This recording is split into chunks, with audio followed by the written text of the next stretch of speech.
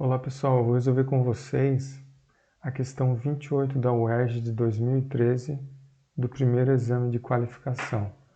Bom, o enunciado diz o seguinte: uma partícula Coulomb eletricamente neutra é constituída por duas partículas eletricamente carregadas, um quark D, down, e um antiquark S, strange.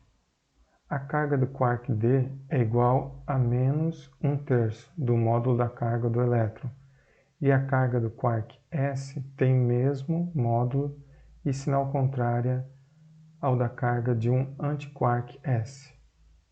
Ao quark S é atribuída uma propriedade denominada estranheza, a qual pode ser calculada pela seguinte fórmula: S, a estranheza, é igual a 2Q menos 1/3. Essa é a estranheza, que é a legenda dessa equação, dessa fórmula, e Q, a razão entre a carga do quark S e o módulo da carga do elétron. Bom, essa estranheza que ele calcula é somente um valor, não tem unidade. Então, como que a gente vai calcular? Assim, o valor da estranheza, ele quer saber, como a gente vai calcular esse valor da estranheza de um quark S? É igual. Bom, a gente tem que o quê? Vendo aqui, o que ele fala no enunciado. Ele fala que essa partícula, o qual, ela é eletricamente neutra. O que acontece quando uma partícula é neutra, Um átomo neutro, ele tem o mesmo número de cargas positivas e negativas, Nesse caso aqui, as partículas que constituem têm determinada carga, Então, a carga total dessa partícula aqui seria o quê? A carga das partículas que a constituem, Por exemplo, ela é formada por um quark D. Então, é a carga desse quark D, a partícula D, do quark D, mais e um antiquark S, a carga desse antiquark S. Então, a carga total é zero, porque ela é neutra, Então, se o quark down, ele fala, o quark D é menos 1/3, então, consequentemente, para esse aqui ser igual a zero, o menos 1/3 passa para lá, a carga do antiquark S é igual a 1/3, positivo, porque se somar, essa carga aqui positiva com essa carga aqui, que tem o mesmo valor, mas sinal contrário, então vai dar zero.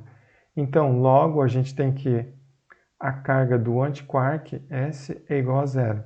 Quando a gente fala de uma antiquark, uma antipartícula S, que tem o S com tracinho em cima, a partícula que seria o quark S, o quark S tem a mesma carga dela, só que sinal contrário, Por exemplo, o elétron é uma partícula fundamental, o elétron. A gente vai ver mais para frente a tabelinha, E o antielétron, então, tem a carga contrária do elétron. A carga do elétron é menos 1, E do antielétron seria 1, Então, se eu tenho uma antipartícula que tem uma carga 1/3, logo a partícula, um antiquark S tem uma carga 1/3, logo um quark S tem uma partícula, uma carga menos 1/3, Quando a gente fala de antipartícula, o que muda só é o sinal da carga, A partícula é idêntica, vamos dizer assim, mas a carga dessa partícula tem sinal contrário, Dessa antipartícula. Então é sempre assim, Então isso que a gente precisava saber, para resolver essa questão, porque o resto ela dá, O resto dos dados ela dá. Então como a gente vai calcular a estranheza, A estranheza seria, bom, a gente tem que calcular o valor do Q, Bom, o valor do Q vai ser simples aqui, O Q vai ser igual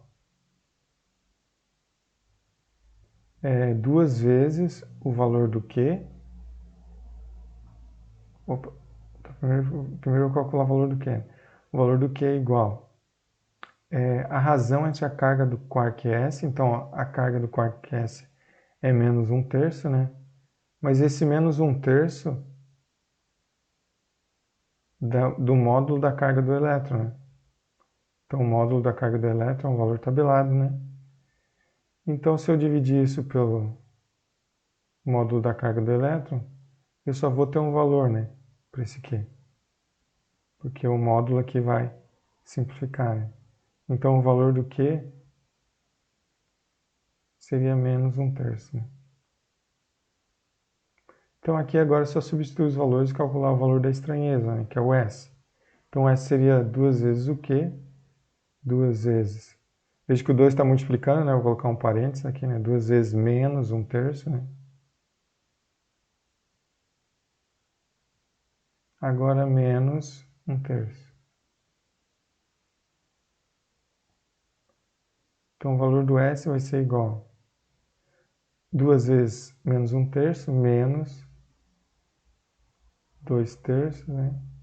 Menos 1/3. Bom, estou fazendo um passo a passo aqui, né? Mas como ficaria isso aqui, né? O divisor comum aqui é o 3, né? Então ficaria menos 2, menos 1, né? Que seria menos 3 sobre 3, né? Que seria simplificado, né? Menos 1 aqui, né? Veja que não tem unidade, né? É só um valor. Então a resposta correta para essa questão seria a letra D, né? Bom, vou mostrar um pouquinho mais aqui, né? Já que ele fala de partículas, né, fundamentais aqui, eu vou mostrar um pouquinho mais para você aqui, né? Aqui seria um modelo padrão, né, que a gente fala das partículas fundamentais. Então a gente tem 6 quarks, né? Então tem os quarks que tem a carga 2/3, né? Foi o quark up, charm, top, simbolizado pela letra U, C, T. Depois tem os quarks down, strange, bottom, simbolizado pela letra D, S e B. Depois temos os leptons, né? E aqui outras partículas fundamentais, o gluon, né? Fóton, bóson Z, né? E o bóson W e agora, né? O bóson de Higgs, né? Uma das últimas detectadas aí. Bom, mas o que a gente conhece mais ou menos, né? O próton, os nêutrons, né? Que formam os átomos, né? Por exemplo, um átomo de hidrogênio, né? Um átomo de hidrogênio tem somente um próton e um elétron. O elétron já é uma partícula fundamental, né? Já o próton, a gente consegue quebrar, vamos dizer ele assim, né? Ele é constituído por outras partículas fundamentais, né? Então o próton não é uma partícula fundamental. Por exemplo, o próton é formado por 2 quarks up e um quark down, né? Quark up, quark down. Se a gente vê a carga de um próton, a gente sabe que é positiva, né? 1 positivo, né? Então, e daí com a carga do elétron, que é 1 também, a carga de um único átomo, né, de hidrogênio seria 0, né, neutro, né, porque tem um elétron que é positivo e tem um próton que é negativo, né. Bom, mas como que a gente calcula a carga do próton, né? Então a carga do próton é a soma das cargas das partículas fundamentais que constituem, né. Então a gente tem o quê? 2 up, né, se a gente olhar aqui na tabela, o up, a carga é 2/3, né. Então tem 2/3, né, de um up, 2/3 do outro, a carga do outro. Então outro up, né, e tem um down, né. O down é menos 1/3, né, se a gente olhar aqui na tabela, a carga aqui está pequenininha, mas é menos 1/3. Está escrito aqui também, né. Então dos quarks up, a carga é 2/3, dos quarks down, a carga é menos 1/3, né. Então somando isso aqui, a gente vai ter 2/3 mais 2/3, menos 1/3, né. Ou seja, a gente vai ter 3, né, sobre 3, que é igual a 1, né? Então a carga de um próton, né, é igual à soma das cargas das partículas elementares que o constituem, e acaba dando 1, né? Agora, se a gente for calcular a carga do nêutron, né, como que a gente vai fazer? O nêutron é constituído por um up, apenas um up, e 2 down, né? Então o up tem a carga positiva 2/3, né? E o down, cada um, tem menos 1/3. Então a gente vai somar 2/3, menos 1/3, menos 1/3. Vai ficar 0 sobre 3, né? Que é 0, né? Então o nêutron, a carga de um nêutron, né, é 0, né? Então o nêutron não possui carga.